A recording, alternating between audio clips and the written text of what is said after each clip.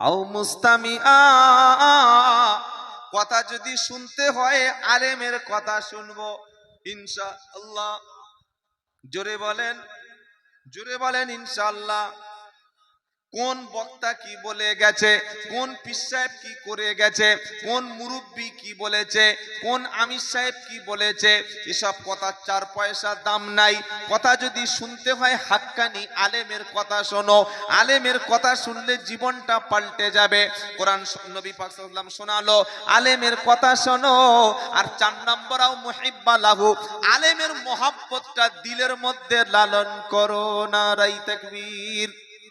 আলেমের কথা, আলেমের মহব্বত দিলে থাকবে জাতির, আলেমের মহব্বত দিলের মধ্যে থাকবে। দিলের মধ্যে আছে ইনশাআল্লাহ, জোরে বলুন। আচ্ছা, আলেমকে ভালোবাসেন এখন কে কে আছেন হাত তুলুন দেখি। সর্বনাশ, তো কোটি কোটি লোক হাত তুলে, কি বুঝলেন? এত আলেমের মহব্বত, ঠিক এটা এটা ঠিক কথা বললেন তো? আলেমের ভালোবাসাটা ঠিক করে বললেন তো? নাকি ওই একজন হাত তুলেছে আর হুজুকে বাঙালি আমরা সবাই হাত তুলে দিয়েছি, এটা হয়নি তো? হ্যাঁ, এক জায়গায় 4টে ছেলে আর বাপ বসে আছে। তো তখন বলছে, একদিন জিজ্ঞেস করতে, তোরা কয় ভাই? বলছে 4 ভাই। তো বলছে কে কে কে কে ভাই হাত তোল। ওর ভিতর বাপ হাত তুলে বসে আছে। কি তোর বাপটা কি ওর ভাই? বলছে ভাই ধরে নিয়েছে। বলে কি করে? বলে মোমেন মোমেনের ভাই। তো মোমেন মোমেনের ভাই বলে বাপ তো মোমেন ভাই হয়ে গেল। কি বুঝলেন? এই যে বললেন না আলেমকে ভালোবাসি, এই কথাটা অন্তরের থেকে তো ইনশাআল্লাহ? সত্যি, মিছে কথা নয় তো? আলেমকে ভালোবাসি কথাটা যদি সত্যি হতো, ইমাম সাহেব ফজরের নামাজের পরে কি খাচ্ছে কজন খবর নিয়েছে বলো? ইমামের জোহরের নামাজের পরে কার বাড়ি খেলো এটা কজন খবর নিল বলো? ঈদের দিনে ইমামের জামাটা কাটিয়ে দিলে ইমামের বিবির কাপড়টা হয়েছে কিনা কজন খবর নিয়েছো বলো? ইমামের ছোট 2টো ছেলে 1টা মেয়ে আছে, তাদের বাড়িতে বাচ্চা কাঁদছে, তার বাচ্চার জন্য ড্রেসটাকে কিনে দিয়েছে বলো? মাসে ইমাম সাহেব আপনি আপনি এশার নামাজ পড়ে বিবির কাছে আনন্দ এনজয় লিপ্ত হয়ে গেলেন, মেতে গেলেন। ইমামের সপ্তাহে ছুটি হয় একদিন। ছুটি যখন হচ্ছে সেক্রেটারি বলছে হুজুর তাড়াতাড়ি চলে এই যান, দেরি করছেন কেন? গাড়ি জোরে চালান। এই যাচ্ছে না কোন আসরের নামাজ পড়ে, কালকে জোহরের আগে যেন এখানে দেখা পাই। 1টায় জামাত, 12:30 চলে আসবে, দেরি করবেন না। আলেমের ভালোবাসি। মসজিদে একদিনের বেশি 2 দিন ছুটি করলে এই ইমাম রাখবো না, এরকম ভাই কি হয় না? একদিন দেরি করলে ইমামের রাখবো না। আলেমের ভালোবাসাটা বলে। আলেমের যদি ভালোবাসতাম এই কথা বলতাম না, মসজিদের পাশে আলাদা একটা রুম তৈরি করে আমার ওই আলেমের পরিবারটা থাকার ব্যবস্থা করে দিতাম। সেদিন হুগলির খানাকুল থেকে আরো 10 কিলোমিটার ভিতরে গেছে, কি বিশাল মসজিদ, 4টে এসি, 1.5 টন করে এসি লাগানো আছে। আর ইমামের যা ঘর, শিয়াল তার ভিতরে দিলে শিয়াল বার হয়ে চলে আসে। এত ভয়ঙ্কর ভয়ঙ্কর গরম। এটা আলেমের ভালোবাসা। অধিকাংশ মাদ্রাসাগুলি যারা শিক্ষক আছে জিজ্ঞাসা করুন, মাদ্রাসা বেতন দেয় না। মাদ্রাসা আলেমদের বেতনই দেয় না। যা দেয়, যদি 8,000 টাকা বেতন হয় 4,000 টাকা দিয়েছে আর রমজান মাসে কালেকশন করে নিতে বলেছে। এটা আলেমের ভালোবাসা হলো? আলেম মাদ্রাসার বিল এনে কালেকশন করতে এসছে, বলছে টাকা খেয়ে নেবে না? কি হারাম করে ছোট লোক চিন্তা করে। বলছে টাকা খেয়ে নেবে না তো তুই দায়িত্ব নে। একজন আলেম যদি টাকা খেয়ে নেয়, আলেমের উপরে যদি তোর বিশ্বাস না থাকে, আমানতদারি থাকে, কোন জালেমের উপরে বিশ্বাস করবি তুই? মুর্শিদাবাদের কান্দি, ওখানে জলসায় কত বছর গেলাম। শিক্ষক বললেন যে 11 মাস বেতন আমার বাকি ছিল মাদ্রাসার, এই দুঃখে মাদ্রাসার চাকরি ছেড়ে দিয়ে এখন ইমামতি করছি। এটা হচ্ছে অবস্থা। এটা আপনাদের শুনে খুব কষ্ট হচ্ছে ভাই নাকি? কষ্ট যার হচ্ছে, তার যার বাঁশ যাচ্ছে তার যাচ্ছে, আপনাদের হচ্ছে যাচ্ছে না। কি বললেন? আলেমের যখন ভালোবাসি কথাটা মনে হবে, আলেমের দেখা হলে সম্মানের সঙ্গে কথা বলবে। আলেমকে ভালোবাসি এই কথাটা যখন অন্তর থেকে হবে, তো গ্রামের সবচাইতে বেতন বেশি আলেম পাবে। আলেমের ভালোবাসি কথাটা যখন হবে, মেয়ের বিয়েতে দাওয়াতটা আগে আলেমের বাড়িতে যাবে। কালকে বিয়ে, আজকে বলছি সাহেব আমার মেয়ের বিয়ে চলে আসবে, তো কি পায়খানা পরিষ্কার করার লোক নাকি? ইমাম সাহেব পায়খানা পরিষ্কার করার লোক। বলছে হুজুর কালকে বিয়ে, মনে আছে তো? তোর মেয়ের বিয়ে তুই মনে রাখবে কেন? কাল চলে আসবে, আপনি সকাল সকাল চলে আসবেন। সকাল সকাল এসে কি করবে? আপনার কি করবে? সকাল সকাল রান্না করবে? এটা যেন না বলি। রাস্তায় দেখা যায় ও হুজুর এই শোনো শোনো শোনো, কি ওটা কে? সিভিক পুলিশ, ডাকাত, চোর না কে? আলেমের কাছে আপনি যাবেন, সে দৌড়ে আপনার কাছে আসবে কেন ভাই? হুজুর শোনো শোনো শোনো, এরকম কথা জীবনে আলেমকে বলবেন না, এরকম কথা জীবনে বলবেন না। জাতির অধঃপতন আজকের এমনি এমনি হয়নি, আজকে জাতি আলেম বিদ্বেষী হয়ে গেছে। ইমাম সাহেবের ভুড়ি হোক বলে আমাদের হারাম খেয়েছে, এখানে আমাদের মহল্লায় খেয়েছে। আর আমার মতো ইমাম হলে বলবে মাল খাবার সব নষ্ট করে পানিতে ফেলে দেয়। আত্মযন্ত্রণা, ঘুমাতে পারছে না লোকটা, ঘুমাচ্ছে বলছে পরে খেয়ে ঘুমাচ্ছে। জেগে বসে থাকলে সেও বলবে কি উদ্দেশ্য জেগে বসে আছে। এটা যেন না হয়। প্রত্যেকটা কথা কাজ হাক্কানি আলেম, কোরআন সুন্নাহর আলেমের পরামর্শ মানবেন, জীবন সফল হবে। বলুন সুবহানাল্লাহ। এখন আলেম কে? মাথায় টুপি, মুখে দাড়ি, ওয়াজ করতে পারছি, ইমামতি করতে পারছি, আলেম না ভাই। আলেম হলো সে সত্য, ন্যায়, ইনসাফ, কুরআন সুন্নাহর কথা বলে জেল পর্যন্ত খাটে, জরিমানা দেয়, চাকরি হারায়, তারপরে আল্লাহ এবং রসুলের ব্যাপারে কোনো বাতিলের সঙ্গে আপোষ করে না। ছিলেন ইমামে আজম আবু হানিফা আলাইহি রহমা। কোথায় মৃত্যু হয়েছে? সুখে শান্তিতে মুরিদের খেয়ে মোটা গাড়ি মোটা ভুড়ি নিয়ে আবু হানিফা রহমতুল্লাহ ইচ্ছা করলে তিনি হাজ্জাজ বিন ইউসুফের রাজ দরবারের একটা গ্র্যান্ড বিচারপতি তাকে পদ দেওয়া হয়েছিল। শুনছেন আপনারা? হাজ্জাজ বিন ইউসুফ বললেন, ইমাম আজম আপনি আমার দেশের এই সাম্রাজ্যের মধ্যে প্রধান বিচারপতি হবেন, এটা আপনার উপরে আমি দায়িত্ব দিচ্ছি, দায়িত্ব ডেকে দিচ্ছি। নবীজি সাল্লাল্লাহু আলাইহি সাল্লাম বলেন, দায়িত্ব যাকে ডেকে দেওয়া হয় সেই যেন নেতৃত্ব দেয়, আর যে নিজে নেতৃত্ব দাবি করে তার নেতৃত্ব তোমরা মানবে না। নেতৃত্ব জাতি ডেকে দেবে। ইমামে আজম আবু হানিফা রাহমাতুল্লাহকে ডাকা হলো যে আপনি প্রধান বিচারপতি থাকুন। আমাদের তো একটা ওই অঞ্চল সভাপতি করে দিলে হুঁশ হারিয়ে যায়, আমি অঞ্চল সভাপতি। প্রধান হয়ে 5 বছর চলে গেছে, বলছে আমি এক্স প্রধান। আমার এক্স কি রে ভাই? তো কোনো ক্ষমতা নেই, বলছে এক্স, এক্স এমএলএ, গাড়িতে লিখে রেখেছে এক্স এমএলএ, এক্স বিচারপতি। হযরত ইমাম আবু হানিফা রাহমাতুল্লাহ আলাইহিকে ডাকা হলো, বলা হলো আপনি দেশের প্রধান বিচারপতি হবেন, চিফ জাস্টিস।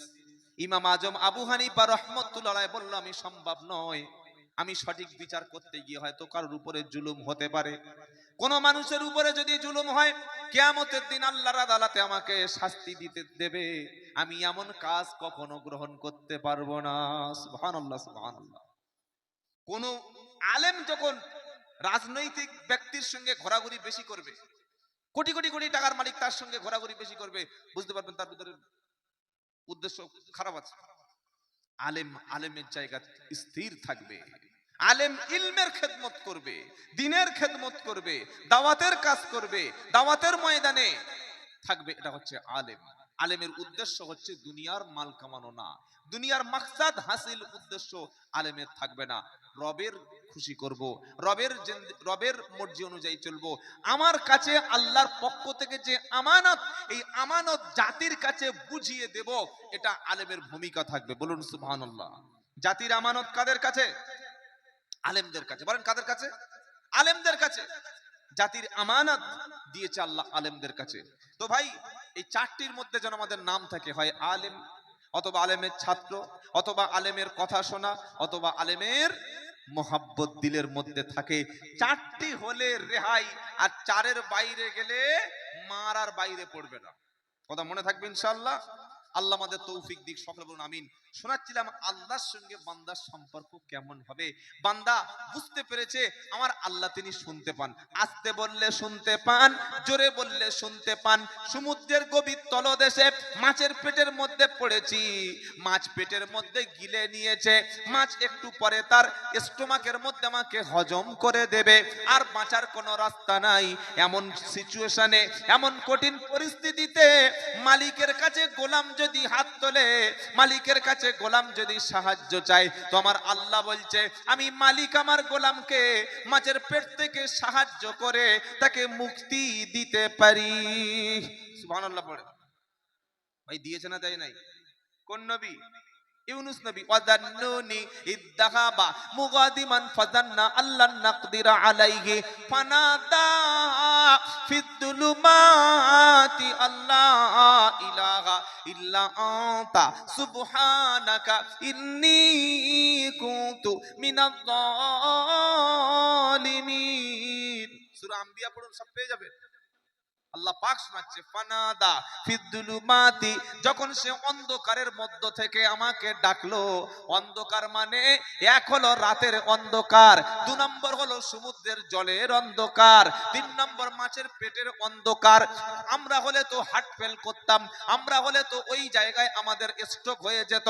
সমুদ্রের গভীর তলদেশে রাতের বেলা অন্ধকারে মাছের পেটে মাছ গ্রাস করে নিয়েছে, বাঁচা মুশকিল হয়ে যাবে। এমন কঠিন পরিস্থিতিতে গোলাম ছিলেন ইউনুস নবী, তার রবের সঙ্গে শেষবারের মতো কথোপকথন করতে চাইতেন, কথা বলতে চাইতেন। ইউনুস নবী মাছের পেটের মধ্যে গিয়ে তিনি ধৈর্য রাখলেন, তিনি সবর করলেন, তিনি আল্লাহর উপরে তাওয়াক্কুল করলেন, উকিল হিসাবে আল্লাহকে ধরলেন। তিনি বললেন, লা ইলাহা ইল্লা আনতা সুবহানাকা ইন্নী কুনতু মিনাজ জালিমিন। আল্লাহ, তুমি ছাড়া কোনো ইলাহা নাই, তুমি ছাড়া বাঁচানোর কোনো মালিক নাই, তুমি ছাড়া আমার আওয়াজ শোনার কেউ নাই, তুমি ছাড়া আমার আওয়াজ পৌঁছাবে কার কাছে বলো? এই সমুদ্রের মাঝখানে চিৎকার করে আমার আওয়াজকে শুনবে বলো? আল্লাহ, আমি তোমার কাছে সাহায্য চেয়েছি, মাবুদ গো, আমি অত্যাচারীদের মধ্যে আছি। আল্লাহ, আমি তোমার কাছে ফরিয়াদ জানাচ্ছি, তুমি মহান, তুমি পবিত্র। আওয়াজটা পানির ভিতরে হলো, তিনি ডাকলেন, তিনি চাইলেন, তিনি কাঁদলেন, তিনি সাহায্য চাইলেন। মাছের পেটের মধ্যে আওয়াজটা পৌঁছে গেল রবের আরশে আজিমে।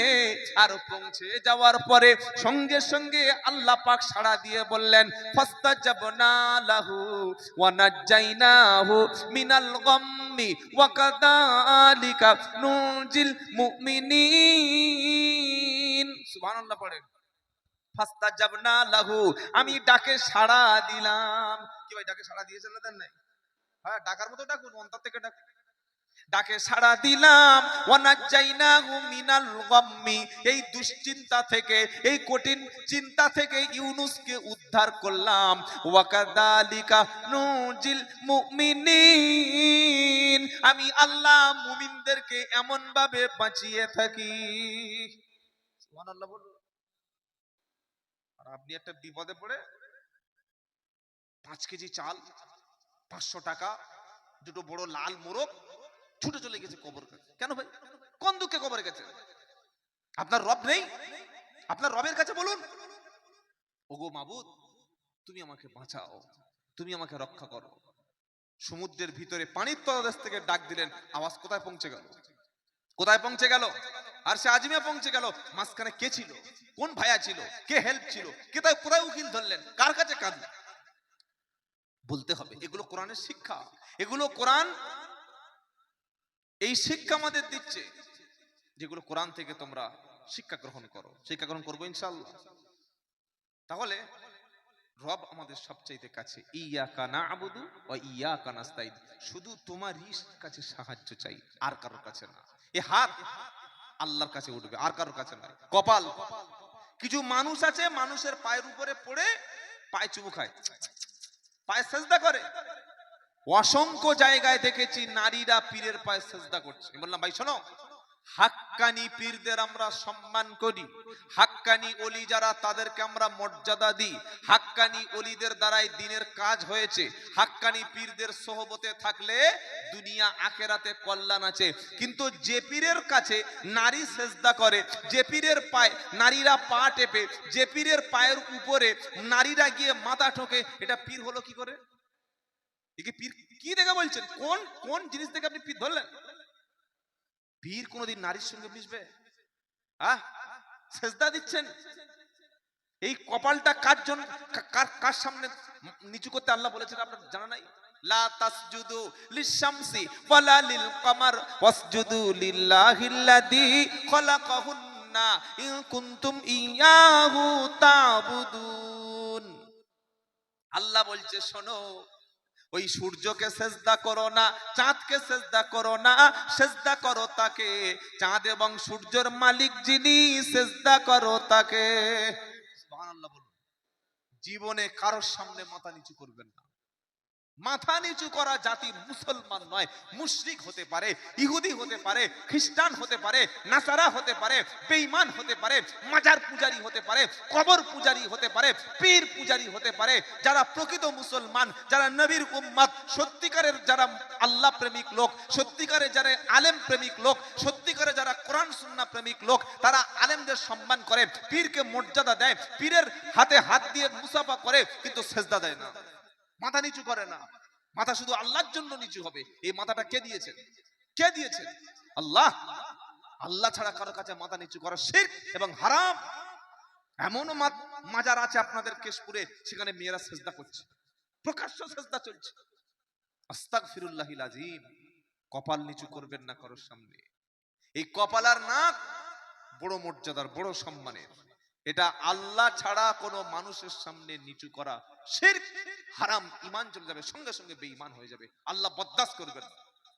আল্লাহ, আপনি মদ খেয়েছেন, আল্লাহ ইচ্ছা করলে ক্ষমা করতে পারে, শাস্তি দিতে পারে। সুদ খেয়েছেন, তওবা করলে আল্লাহ মাফ করে দিতে পারে। জিনা করেছেন, মাফ করে দিতে পারে। ইভেন মানুষ খুন করেছে, আল্লাহ আপনাকে ইচ্ছা করলে ক্ষমা করতে পারে। আপনি জুয়া খেলেছেন, আল্লাহ ইচ্ছা করলে ক্ষমা করতে পারে। আপনি ডাকাতি করেছেন, আল্লাহ ইচ্ছা করলে ক্ষমা করতে পারে। ইয়াগফিরু লিমান ইয়াশা ওয়া ইয়াযিবু মান ইয়াশা। ইচ্ছা করলে তিনি ক্ষমা করতে পারেন, ইচ্ছা করলে আযাব দিতে পারেন। কিন্তু ওই পাপটা আল্লাহ ক্ষমা করবেন না যে মসজিদ ছেড়ে, আল্লাহর ঘর ছেড়ে কোনো কবর, কোনো মাজারে গিয়ে আর মাথা নিচু করবেন। কিসের জন্য, কোন দুঃখে মাথা নিচু করবেন ভাই? সেজদা কার? আল্লাহর। বলে সেজদা কার? আল্লাহর। ওয়ামান আদাল্লু মিম্মান ইয়াদউ মিন দুনিল্লাহি মান লা ইস্তাজিবু লাহু ইলা ইয়াউমিল কিয়ামাতি ওয়া হুম আন দুআইহিম গাফিলুন। 26 নম্বর পারা, প্রথম নম্বর পৃষ্ঠা, 6 নম্বর লাইনে 4 নম্বর আয়াত, সূরা আহকাফ। কোরআন শোনাচ্ছে, তার চাইতে বড় গোমরা, তার চাইতে বড় পথভ্রষ্ট। আচ্ছা, আমি এগুলো গল্প বলছি বলে মনে হচ্ছে তাই তো নাকি? হ্যাঁ, আমি যদি ভুল বলি আলেমরা বসে আছেন, ঘপ করে ধরবে। কি ভাই শুনছেন? হ্যাঁ, আলেমরা ধরে দেবে যে আপনি ভুল কথা বলছেন। ইমানের কথা হচ্ছে এগুলো, আপনার ইমান যাতে নষ্ট না হয়। মদ খেয়েছেন, সুদ খেয়েছেন, জিনা করেছেন, অনেক কিছু করেছেন, মাফ করে দিতে পারেন কে? আল্লাহ। একটাই পাপ ক্ষমার অযোগ্য, ওটা ক্ষমা করবেন না, ওটা ক্ষমা হবে না। সেই পাপটা হচ্ছে ওই আল্লাহর সমকক্ষ মনে করে কারোর সামনে মাথা নিচু করা, আল্লাহকে আল্লাহর ক্ষমতার অধিকারী মনে করে কারোর সামনে সেজদা দেওয়া, আল্লাহর ক্ষমতার সঙ্গে পার্টিসিপেট মনে করে কারোর কাছে হাত তুলে কাঁদা, আল্লাহর যে ক্ষমতা আছে তিনি কারোর ক্ষমতার ভাগ দিয়েছেন এই মনে করে মনে দুঃখ কষ্ট পৃথিবীর কোন গায়রুল্লাহর কাছে বলা, এইটা আল্লাহ ক্ষমা করবেন না। এই পাপ থেকে বেঁচে থাকবে, বলুন ইনশাআল্লাহ। ওমান আদাল্লু মিম্মান ইয়াদউ মিন দুনিল্লাহ। আল্লাহ বলছেন তার চাইতে বড় গোমরা, তার চাইতে বড় পথভ্রষ্ট কে আর আছে বলো? কোন ব্যক্তি? যে ব্যক্তি আল্লাহ ছেড়ে অন্য কারোর কাছে ফরিয়াদ করে, অন্য কারোর কাছে হাত তোলে, মনের দুঃখ কষ্ট হলে আগে সকলে আল্লাহকে বলবো, বলুন ইনশাআল্লাহ। আল্লাহ ছাড়া কাউকে বলো না, কারোর কাছে কেঁদো না। কোরআন শোনাচ্ছে, তুমি যদি কিয়ামত পর্যন্ত কোন কবরে কোন ব্যক্তির কাছে ডাকো, কোন কবরের কাছে কোন সেজদা দিয়ে সেখানে মান্নত করে সেখানে মাথা যদি ঠুকতে থাকো, আল্লাহ বলছে কিয়ামত পর্যন্ত তোমার ডাকে তারা সাড়া দেবে না, কারণ তোমার দোয়া সম্পর্কে তারা গাফেল। তারা গাফেল। যিনি কবরে আছেন তিনি যদি সত্যি আল্লাহর ওলি হন, তিনি জান্নাতের সুখে শান্তিতে আরামে ঘুমাচ্ছেন, সুবহানাল্লাহ বলেন। আর আপনি ডিস্টার্ব করছেন কি? একটা লোক ঘুমাচ্ছে, ডিস্টার্ব হচ্ছে না? ডিস্টার্ব করছেন কেন? কবর কাছে কেন ডিস্টার্ব করছেন? জিয়ারত করুন, আসসালামু আলাইকুম ইয়া আহলাল কুবুর, সওয়াব পাবেন, সওয়াব পাবেন। ঠিক আছে? এখানে জলসা হচ্ছে, এরকম ফ্রি ফায়ার আওয়াজ আসছে, শুনতে পাচ্ছেন? শুনতে পাচ্ছেন? ফ্রি ফায়ার আওয়াজ আসছে, শুনতে পাচ্ছেন? আওয়াজ শুনতে পাচ্ছেন? মানে শয়তান বেঁচে আছে। শয়তান দেখছে প্যান্ডেলের ভিতরে ঢুকতে পারবো না, বাইরে থেকে ফায়ার করি। কি বুঝলেন? এখনো মাল কানে আওয়াজ আসছে, বুঝতে পারছেন না যে কার বলছে? কারণ এখন তো আর মানুষ নাই, মানুষ জানোয়ার। কান থেকে যারা কানে আওয়াজ শোনে না, চোখ থেকে যারা চোখ থেকে দেখে না, অন্তর থেকে যারা ভাবনা চিন্তা করে না, ওরা মানুষ না, ওরা জানোয়ার। আরে ভাই বলছেন না কেন? ওরা কি শুধু জানোয়ার? জানোয়ারের চাইতে আরো খারাপ। আমার কথা নয়। 9 নম্বর পারা, 13 নম্বর পৃষ্ঠা, 1 নম্বর লাইন, 179, সূরার নাম আরাফ, কোরআন। আল্লাহ বলছে শোনো, ওয়ালা কদ জারাআনা, একটু জানোয়ার সম্পর্কে দু চারটে চিনি দি, জানোয়ার কারা ভাই শুনছেন? জানোয়ার, একটু জানোয়ার চিনে রাখবেন। ওয়ালা কদ জারাআনা লি জাহান্নামা কাসীরাম মিনাল জিন্নি ওয়াল ইনস লাহুম কুলুবুল লা ইয়াফকাহুনা বিহা ওয়া লাহুম আইনুন লা ইবসিরুনা বিহা ওয়া লাহুম আযানুন লা ইয়াসমাউনা বিহা উলাইকা কাল আনআম বাল হুম আযাল উলাইকা হুমুল গাফিলুন।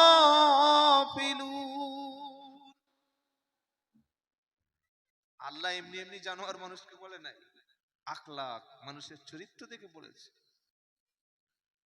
আমরা আমাদের সন্তানকে মানুষ করতে ব্যর্থ হচ্ছি কোন কারণে? কোন কারণে আমার সন্তানগুলো আজকে জানোয়ারের মতো হয়ে গেছে?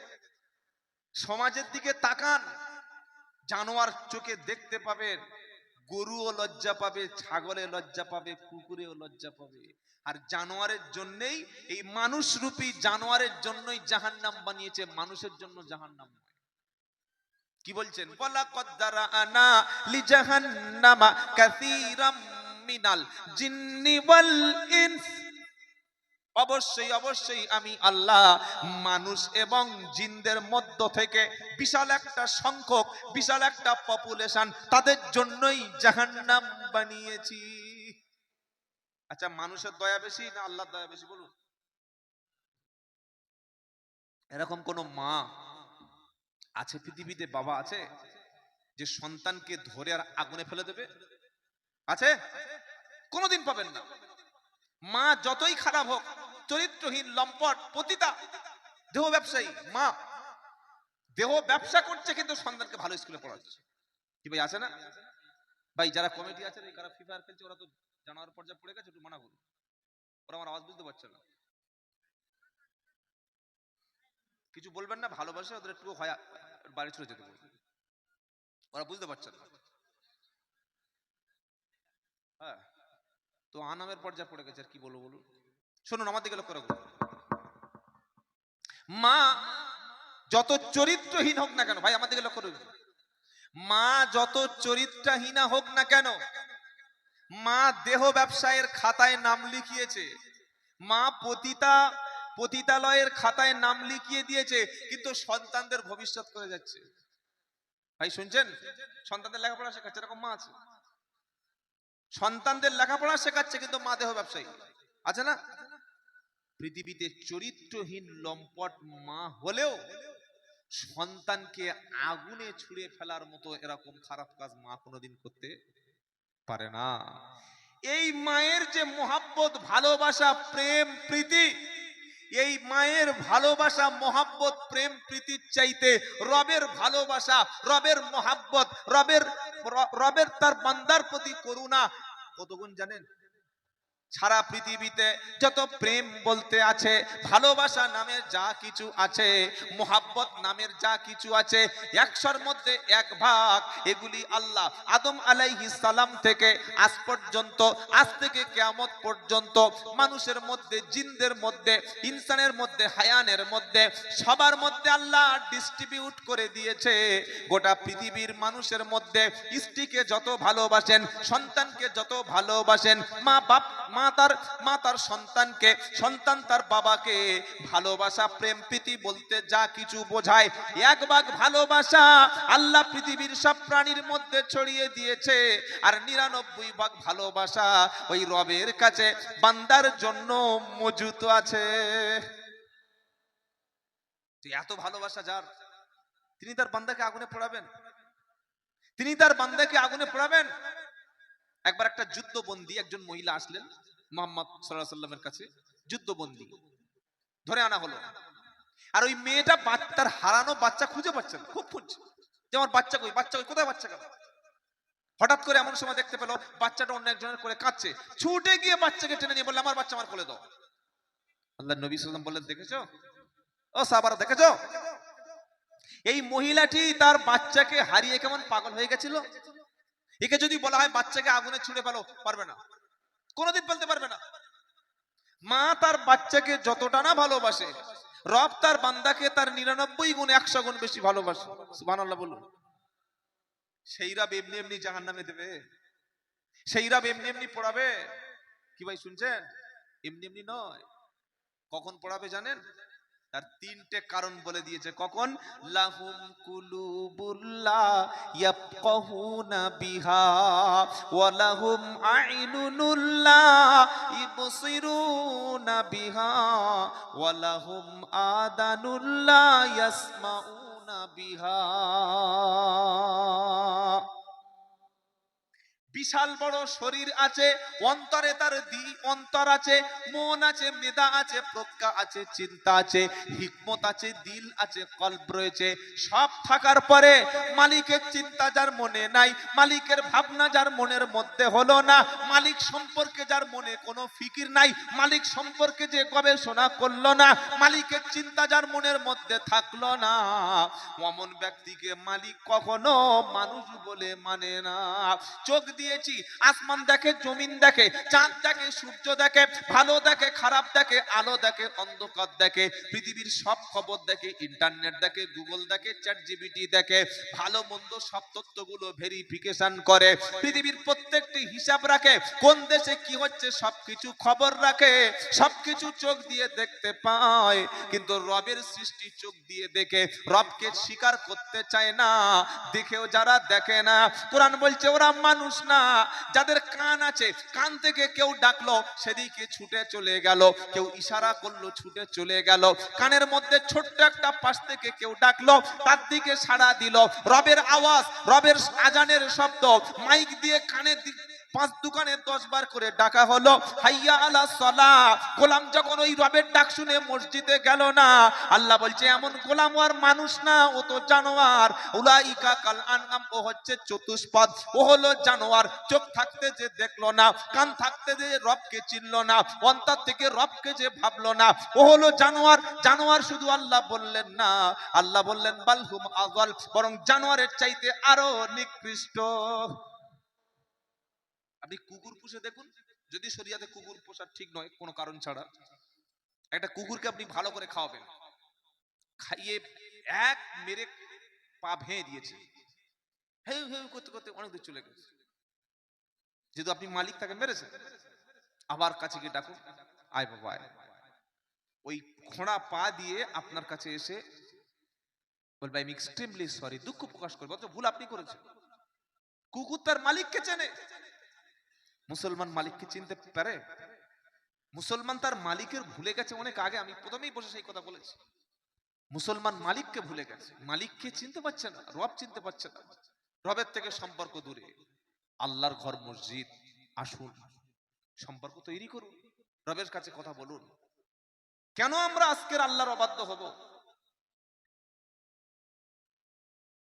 চোখ থেকে যে দেখলো না, কান থেকে যে শুনলো না, অন্তর থেকে যে ভাবলো না, ওকে আর মানুষ বলে সার্টিফাই করবেন না। যেদিন সন্তান বড় হলো, মায়ের কোলে দুধ ছেড়ে দিল, মায়ের বিছানা থেকে আলাদা হয়ে গেল, সুন্দর একটা বিবি পেল, সেদিন মাকেই ভুলে গেল। তো জানোয়ার, জানোয়ার না হলে মাকে কোনোদিন ভোলে? যে ইনকাম করে নিজে সংসার চালায়, বাপকে একটা টাকাও দেয় না, এরকম ভালো মানুষ কেশপুরে নাই, আমাদের 24 পরগনায় আছে।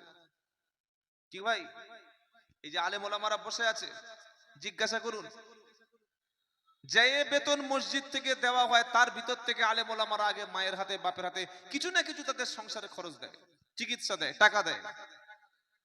এমনও শিক্ষিত গাধা আছে, শিক্ষিত গাধা, English honours, English teacher, high স্কুলের ডিপার্টমেন্টে অনেক বড় একজন শিক্ষক, অনেক পপুলারিটি, ইংলিশে ভালো লেকচারও দিতে পারে, খুব ভালো ইংলিশ বুঝতে পারে, কিন্তু মায়ের কষ্টটা বুঝতে পারে না, বাপের কষ্ট বুঝতে পারে না, এমন শিক্ষক আছে। বিশাল বড় সায়েন্সের টিচার, সায়েন্স, বড় সায়েন্টিস্ট, সায়েন্টিফিক সমস্ত জ্ঞান তার কাছে টন টন টন টন করছে, সব বোঝে, কিন্তু মায়ের বিছানায় পড়ে আছে, এই কষ্টটুকু তার মনের মধ্যে